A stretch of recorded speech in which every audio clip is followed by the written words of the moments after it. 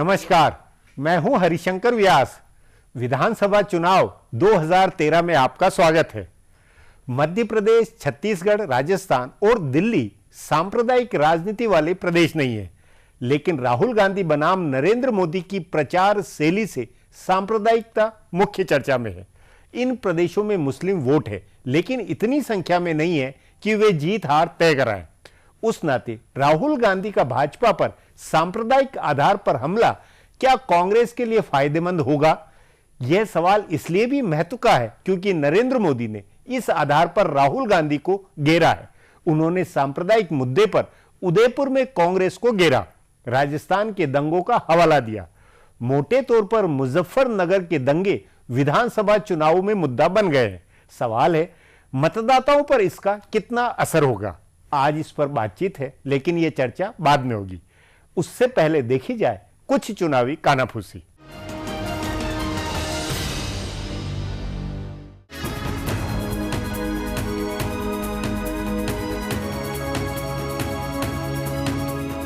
चुनाव वाले राज्यों की प्रदेश कांग्रेस कमेटियों ने स्टार प्रचारकों की लंबी चौड़ी सूची दिल्ली भेजी है। दिल्ली के केंद्रीय कार्यालय को मिली सूची में मध्य प्रदेश और छत्तीसगढ़ के कांग्रेस नेताओं ने फिल्मी सितारों और खिलाड़ियों को बुलाने पर ज्यादा जोर दिया है। मध्य प्रदेश कांग्रेस ने तो सचिन तेंदुलकर और रेखा का नाम अपनी सूची में शामिल करके भेजा। हालांकि सचिन ने प्रचार से मना कर दिया है। कांग्रेस की प्रदेश कमेटियों से भेजे गए नामों में सोनिया व राहुल गांधी और मनमोहन सिंह के अलावा राज बब्बर, अजहरुद्दीन नगमा आदि नेताओं को प्रचार में भेजने की मांग की गई है। उम्मीदवार भी चाहते हैं कि ये लोग प्रचार में आए तो उन्हें भीड़ जुटाने में आसानी होगी। इससे उलट भाजपा की प्रदेश कमेटियों से स्टार प्रचारकों की कोई मांग नहीं आ रही है। भाजपा के पास हेमा मालिनी, शत्रुघ्न सिन्हा, स्मृति ईरानी जैसे इन हाउस स्टार हैं, लेकिन इन्हें भी बुलाने पर उम्मीदवारों का जोर नहीं है। चुनाव वाले चारों प्रदेशों से भाजपा में सिर्फ नरेंद्र मोदी की मांग हो रही है। चारों प्रदेश इकाइयों और उम्मीदवारों ने भी कहा है कि मोदी उनके यहाँ प्रचार करे तो वे जीत जाएंगे। यानी भाजपा के इकलौते स्टार प्रचारक नरेंद्र मोदी बने हैं। 4 राज्यों के विधानसभा चुनाव में सवाल पूछने की कमाल की राजनीति हो रही है।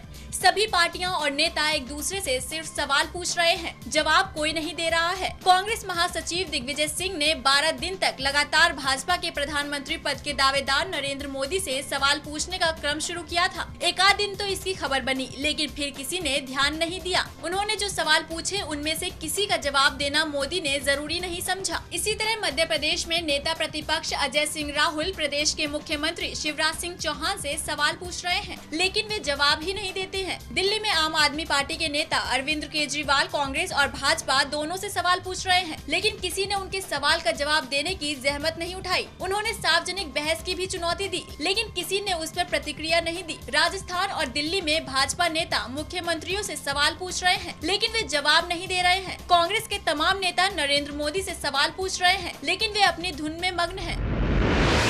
दिल्ली में भारतीय जनता पार्टी विधानसभा के साथ साथ क्या अपने लोकसभा के उम्मीदवारों के नाम भी घोषित करेगी? भारतीय जनता पार्टी के जानकार सूत्रों के मुताबिक पार्टी में इस पर विचार किया गया है और कई नेताओं का मानना है कि अगर लोकसभा के उम्मीदवार भी साथ ही घोषित कर दिए जाएं तो पार्टी को उसका भी फायदा मिलेगा। हालांकि कुछ नेता इसका विरोध कर रहे हैं। उनका कहना है कि इसका नुकसान भी हो सकता है। बताया जा रहा है कि भाजपा ने दिल्ली की 7 लोकसभा सीटों के लिए उम्मीदवारों की पहचान कमोबेश कर ली है। सूत्रों के मुताबिक पिछले दिनों भाजपा में शामिल हुए गुर्जर नेता रामवीर सिंह विधुड़ी दक्षिणी दिल्ली से दावेदार हो सकते हैं। तो इसी तरह हाल ही में भाजपा में शामिल हुए भोजपुरी गायक मनोज तिवारी का नाम संदीप दीक्षित की पूर्वी दिल्ली सीट या महाबल मिश्र की पश्चिमी दिल्ली सीट से चल रहा है। पश्चिमी दिल्ली सीट से नवजोत सिंह सिद्धू के नाम की भी चर्चा है। भाजपा के प्रदेश अध्यक्ष विजय गोयल और पूर्व अध्यक्ष विजेंद्र गुप्ता दोनों चांदनी चौक और सदर सीट के दावेदार हैं। नई दिल्ली सीट के लिए अरुण जेटली और किरण बेदी का नाम लिया जा रहा है। इनके अलावा पार्टी की प्रवक्ता मीनाक्षी लेखी, स्मृति ईरानी आदि का नाम भी चर्चा में है। अब विधानसभा चुनाव का माहौल बनाने और बताने वाली इन सुर्खियों पर गौर करें।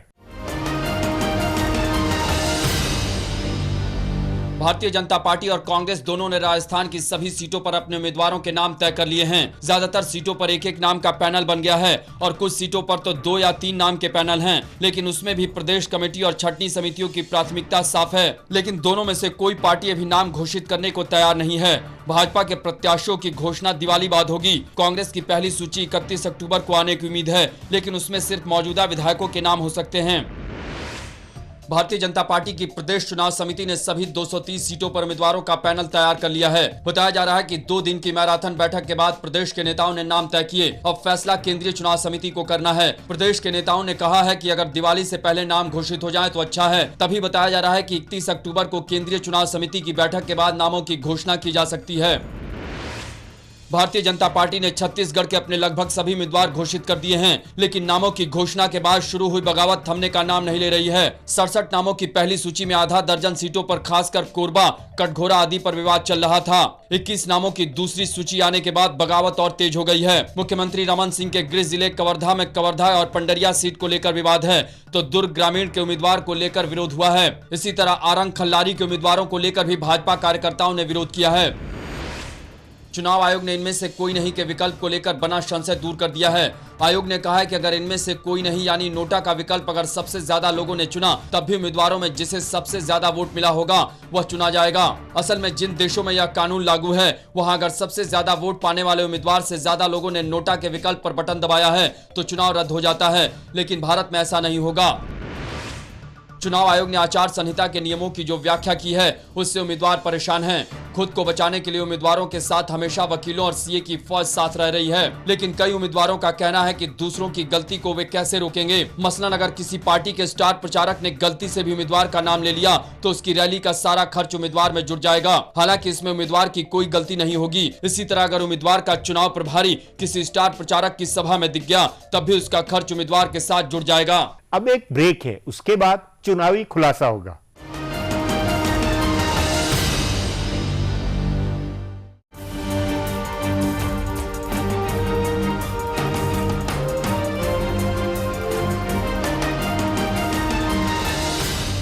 ब्रेक के बाद आपका स्वागत है। मध्य प्रदेश में भाजपा ये प्रचार कर रही है कि उसके साथ मुस्लिम मतदाता है। उधर मौलाना मदनी ने जयपुर में जो कहा उस पर लंबी चौड़ी बहस हुई है। सवाल है, इस मुद्दे से क्या छत्तीसगढ़, मध्य प्रदेश व राजस्थान में वोटों का ध्रुवीकरण मुमकिन है? इस पर आगे चर्चा करें उससे पहले देखें मेरा ये चुनावी खुलासा। चुनाव वाले चारों राज्यों में सांप्रदायिक आधार पर आमतौर पर चुनाव नहीं होते। वैसे राजस्थान के गोपालगढ़ दंगे से एक खास इलाके में ध्रुवीकरण की संभावना देखी जा रही है। मध्य प्रदेश में भी हर साल भोजशाला में होने वाली सरस्वती पूजा के समय सांप्रदायिक तनाव होता है। दिल्ली के कुछ इलाकों में मुस्लिम और कुछ इलाकों में सिख ध्रुवीकरण की कोशिश की जाती है, लेकिन मोटे तौर पर इन राज्यों में चुनाव सांप्रदायिक ध्रुवीकरण वाले नहीं होते और भाजपा व कांग्रेस के बीच आमने सामने वाले होते हैं। तभी यह सवाल है कि भाजपा के स्टार प्रचारक और उसके प्रधानमंत्री पद के दावेदार नरेंद्र मोदी ने और कांग्रेस के उपाध्यक्ष राहुल गांधी ने अपने भाषणों में सांप्रदायिक ध्रुवीकरण कराने वाली बातें क्यों कही। राहुल गांधी ने इंदौर में कहा कि मुजफ्फरनगर दंगों से प्रभावित कुछ नौजवानों से पाकिस्तानी खुफिया एजेंसी ISI के लोगों ने संपर्क किया है। उनका कहना था कि इन दंगों का फायदा पाकिस्तान उठाने की कोशिश कर सकता है। इससे पहले उन्होंने राजस्थान के चुरू की सभा में सिख अंगरक्षकों द्वारा इंदिरा गांधी के मारे जाने की बात उठाई थी और कहा था कि उन्हें इस बात से काफी गुस्सा आया था। नरेंद्र मोदी ने इसे मुद्दा बनाया। उन्होंने राजस्थान के उदयपुर की सभा में राहुल गांधी के भाषणों को लेकर उन पर निशाना साधा। उन्होंने आरोप लगाया कि राहुल गांधी चुनाव को सांप्रदायिक बनाने वाले भाषण दे रहे हैं। मोदी ने अपने भाषण में राजस्थान में हुए दंगों का जिक्र किया। उन्होंने कहा कि यहाँ 25 दंगे हुए हैं जिनमें 80 लोग मारे गए हैं। बाद में मोदी की पार्टी ने राहुल गांधी के भाषणों की शिकायत भी चुनाव आयोग से की है। राजस्थान, मध्य प्रदेश, छत्तीसगढ़ और दिल्ली, इन चारों राज्यों में अल्पसंख्यक आबादी इतनी नहीं है कि निर्णायक रूप से चुनाव नतीजों को प्रभावित कर सके। इसलिए पार्टियां यहां अपने कामकाज और नेता की छवि पर वोट मांगती रही हैं। इस बार पहली बार ऐसा हो रहा है कि पार्टियां चुनाव को सांप्रदायिक बना रही हैं। माना जा रहा है कि भाजपा और कांग्रेस दोनों पार्टियां इसे अगले साल होने वाले लोकसभा चुनाव का सेमीफाइनल मान रही हैं और इसलिए वे उन मुद्दों को धार दे रही हैं जो अगले लोकसभा चुनाव में इस्तेमाल होने वाली हैं। अगला चुनाव तय माना जा रहा है कि सांप्रदायिक ध्रुवीकरण के साथ होगा। भाजपा के प्रधानमंत्री पद के दावेदार नरेंद्र मोदी की वजह से पूरे देश में ध्रुवीकरण होगा। इसलिए दोनों पार्टियां इन चुनाव के जरिए यह था लेने की कोशिश कर रही हैं कि इस मुद्दे का अगले चुनाव में कितना असर होगा। अब इसी मुद्दे पर वरिष्ठ पत्रकार अशोक टंडन से बात करेंगे। अशोक जी, नरेंद्र मोदी और राहुल गांधी मध्य प्रदेश, छत्तीसगढ़, राजस्थान या दिल्ली में जो भाषण दे रहे हैं उसमें कहीं न कहीं सांप्रदायिक मुद्दा भी आगे आ जाता है। मुजफ्फरनगर के दंगों को लेकर बहुत अच्छी खासी वो बात हुई है, तो इसी तरह राजस्थान में गोपालगढ़ दंगों का भी जिक्र हुआ। इन दोनों नेताओं के ऐसे मुद्दों से क्या लगता है आपको इन चारों स्टेट में सांप्रदायिक ध्रुवीकरण हो सकता है? क्यों कर रहे हैं ये लोग? मुझे लगता है कि राहुल गांधी जो चुनाव प्रचार कर रहे हैं जी उसमें वो स्थानीय मुद्दों पर अगर बात करते हैं तो उनकी अपनी जो एक देश वाली छवि है उसमें थोड़ी सी उनको दिक्कत आती है। इसलिए वो इस पूरे चुनाव प्रचार को ऑल इंडिया, जिसको अगर हम कहेंगे राष्ट्रीय स्तर के चुनावी मुद्दों पर बातचीत के स्तर को ले जा रहे हैं, और ये वो एक सोची समझी रणनीति के तौर पर कर रहे हैं, ऐसा मुझे लगता है। उस रणनीति का पहला पहलू ये हो सकता है क्योंकि नरेंद्र मोदी की छवि पूरे देश भर के नेता की बनी है, और अगर उसके मुकाबले में आना है तो वो बातों का जवाब दो जो नरेंद्र मोदी उठा रहे हैं। और दूसरा ये कि नरेंद्र मोदी की छवि अगर बिगाड़नी है तो उसके लिए सांप्रदायिक मुद्दों को उठाओ। लेकिन इससे क्या हो रहा है कि जो राज्यों के चुनाव प्रचार राहुल गांधी कर रहे हैं वो लगता ही नहीं कि राज्यों के चुनाव के लिए हो रहे हैं, वो लगता है सीधे लोकसभा के चुनाव का प्रचार अभी से कर रहे हैं। लेकिन नरेंद्र मोदी ने भी उदयपुर के अंदर जैसे राजस्थान में सांप्रदायिक हिंसा और गोपालगढ़ का जो हवाला दिया, ये दिया, तो इसका मतलब वो मुस्लिम वोटों को लेकर या वो भी एक सांप्रदायिक मुद्दा तो वो उठा रहे हैं, उठाया उन्होंने। नरेंद्र मोदी भी उस पर प्रदेश के मुद्दों के साथ में उन्होंने वहां प्रदेश में सांप्रदायिक स्थिति के ऊपर बोला है। देखिए, ये जो मुजफ्फरनगर और इन सब की चर्चा हो रही है, मुझे ऐसा लगता है कि इन चारों राज्यों में न तो कोई बहुत ज्यादा मुस्लिम वोट है और दूसरा सांप्रदायिक भी नहीं है। यहाँ पर ये उत्तर प्रदेश बिहार की तरह के राज्य नहीं है, माहौल भी नहीं है, लोग भी बहुत शांति प्रिय हैं। ऐसे में अगर राष्ट्रीय मुद्दों पर भी जवाब देना हो तो मुझे लगता है कि अगर महंगाई, भ्रष्टाचार वाले मुद्दे पर या स्थानीय सरकारों की विफलता पर अगर राहुल गांधी कुछ बात करते तो मुझे लगता है कांग्रेस को फायदा होता।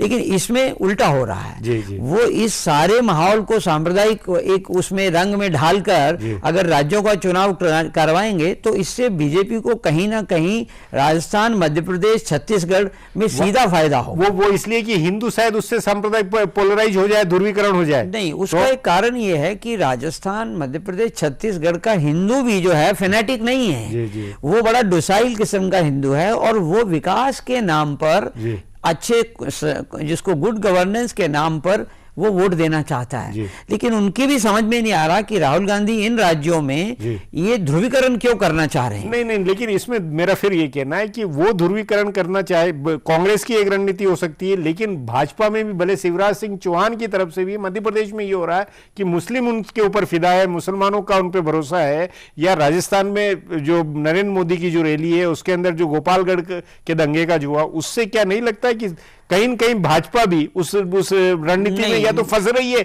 या जानबूझ के आगे? मुझे लगता है कि ये जवाबी रणनीति है, क्योंकि अगर एक तरफ राहुल गांधी जैसा नेता सांप्रदायिकता का वातावरण बनाएगा और भाजपा का नेता नरेंद्र मोदी उसका जवाब नहीं देगा तो इससे भी एक उनकी रणनीति में गड़बड़ आती है। तो मुझे लगता है ये जवाबी रणनीति है और उसमें ये दिखाने की कोशिश हो रही है। अभी कांग्रेस का भी रिकॉर्ड कौन सा ठीक है सांप्रदायिक मामले में, दंगों के मामले में वो कंपैरिजन कर रहे हैं और उसके चलते जो मुजफ्फरनगर का इशू उठा दिया राहुल गांधी ने, और उससे अब कांग्रेस में भी खलबली मच गई है कि ये पासा तो उल्टा पड़ सकता है हमको। तो कुल मिलाकर सांप्रदायिक माहौल बनाकर इन चार राज्यों में चुनाव जो है, मुझे लगता है ये कांग्रेस के लिए कोई अच्छे संकेत नहीं है। लेकिन ये भी हो सकता है कि कांग्रेस इसके आधार पर लोकसभा के चुनाव की तैयारी या वो भी एक बिल्कुल, मेरा तो मानना है कि राहुल गांधी का राज्यों का चुनाव प्रचार ये लोकसभा के लिए एक वातावरण बनाने की पहल है। या तो ये मानकर चल सकते हैं कि जो राज्यों में होगा सो होगा, देखा जाएगा, लेकिन उसके कुछ महीने बाद लोकसभा का चुनाव है तो क्यों ना पूरे देश भर में एक ऐसा माहौल खड़ा किया जाए कि जहां पर सांप्रदायिकता के नाम पर माइनॉरिटीज के वोट अभी से कांग्रेस की तरफ ध्रुवीकरण शुरू हो जाए। ये माइनॉरिटी का इधर लोकसभा के लिए, लेकिन अभी जो मौजूदा विधानसभा में उसमें क्या भाजपा ये नहीं लगता कि वो बहुसंख्यक वोटों के ऊपर इसी बहाने फोकस बना रही हो? ऐसा लगता नहीं है। जो नरेंद्र मोदी वर्सेस राहुल में माइनॉरिटीज का ध्रुवीकरण कांग्रेस की तरफ हो, ना कि रीजनल पार्टीज की तरफ। जी अशोक जी, अब एक ब्रेक लेंगे, ब्रेक के बाद बातचीत जारी रखें।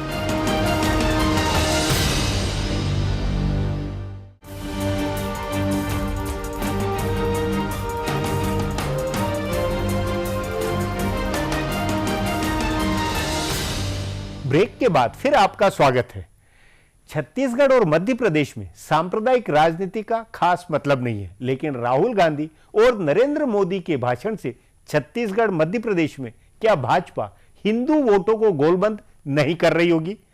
अब इसी पर आगे और बात करते हैं। अशोक जी, जयपुर के अंदर मौलाना मदनी ने जो कहा और कांग्रेस सरकार के ऊपर जिस तरह का सवाल खड़ा किया, क्या ये लगता है कि उनको मतलब मुस्लिम वोटों को भी बांटने का या भाजपा में भी कोई रणनीति, क्योंकि वसुंधरा राजे हो या शिवराज सिंह चौहान, इनको ये बहुत कॉन्फिडेंस है, बता रहे हैं कॉन्फिडेंस अपना कि हमें माइनॉरिटी के भी वोट मिलेंगे, ये क्या राजनीति है?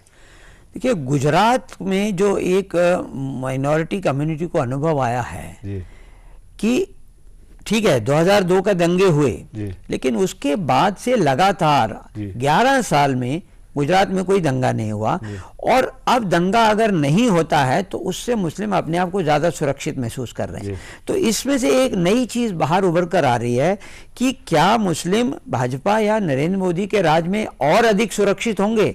तो ये बात आने से मुस्लिम जो लीडरशिप है, जो क्लर्जी है, जिसका आपने मौलाना असद मदनी की बात की, ये लोग एक बहस उठाना चाहते हैं देश में कि क्यों ना हम भी एक बार बीजेपी को ट्राई करके देखें।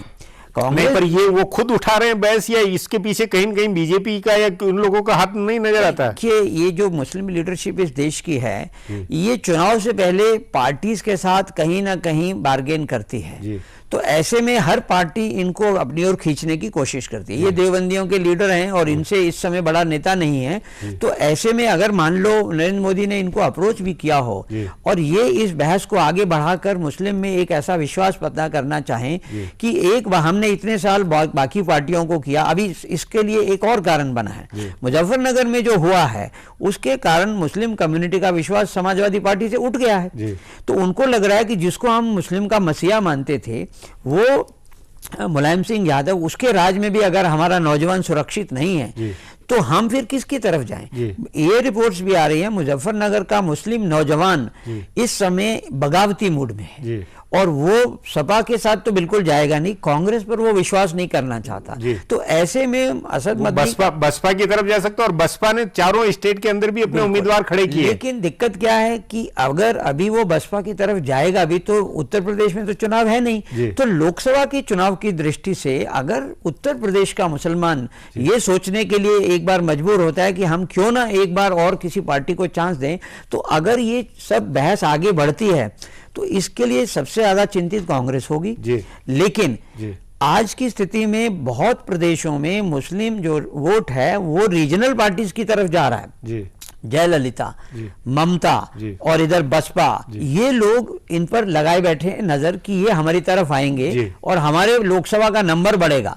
तो ये मुझे लगता है अगले 4-5 महीने में ये बहस बढ़ने वाली है। नहीं, लेकिन अभी तात्कालिक तौर पर क्या मौलाना मदनी की जो बहस है या नरेंद्र मोदी और राहुल गांधी के जो भाषण है उसका छत्तीसगढ़ की जमीनी हकीकत पे, मध्य प्रदेश पर, राजस्थान के चुनाव में, विधानसभा में कहीं कोई फर्क, कोई असर कुछ पड़ता हुआ लगता है या नहीं? ये बिल्कुल ये राष्ट्रीय बहस है, इसका लोकल उस विधानसभा चुनाव में कोई मतलब नहीं है। देखिए, अगर आप इन चारों राज्यों को देखें और मान लो इन चारों राज्यों में माइनॉरिटी कम्युनिटी बीजेपी को वोट नहीं देना चाहती, तो उसके वो भी इस बार इस चुनाव से साफ हो जाएगा और उससे अंदाज लगेगा कहीं। हाँ, लेकिन उनके सामने इन राज्यों में विकल्प भी तो नहीं है, जैसे और कोई क्षेत्रीय पार्टी है नहीं। एक ये था कि नरेंद्र मोदी जब भाषण दे रहे हैं या वो है, तो उसके कारण पूरा मुस्लिम जो है वो बिल्कुल एकजुट होकर कांग्रेस के साथ जाए, क्या करे, ये माहौल, ये धारणा कितनी सही बनती है? मेरा यही कहना है कि अगर ये वातावरण नहीं भी बनाए तो भी मुस्लिम वोट इन राज्यों में कांग्रेस को ही जा सकता था, और तो कोई पार्टी है नहीं। तो इसके लिए एक इस प्रकार का वातावरण बनाने से कोई और लाभ होगा, क्योंकि मुस्लिम वोट से ज्यादा। पर बीजेपी तो अगर ये माहौल ज्यादा बने तो बीजेपी को बहुसंख्यक वोटों का एक फायदा बनता है। यही तो समझ में नहीं आ रहा कि कांग्रेस इस प्रकार की नीति क्यों कर रही है, क्योंकि इससे क्या होगा कि ऐसा जो पोलराइजेशन होगा तो आप माइनॉरिटी का वोट तो ले लेंगे, लेकिन आप मेजॉरिटी कम्युनिटी का क्या करेंगे? यहाँ पर मध्य प्रदेश, छत्तीसगढ़ में कांग्रेस आए या ना आए, लेकिन राहुल के लिए तो लोकसभा है, तो हो सकता है वो अपनी आगे की रणनीति के तहत ये माहौल अभी से बना रहे हो। जी अशोक जी, बातचीत को यहीं समाप्त करेंगे। प्रोग्राम में आने के लिए बहुत बहुत धन्यवाद। हमारा प्रोग्राम अब यहीं खत्म होता है, मुझे इजाजत दीजिए, कल फिर मिलेंगे इसी चैनल पर, इसी समय।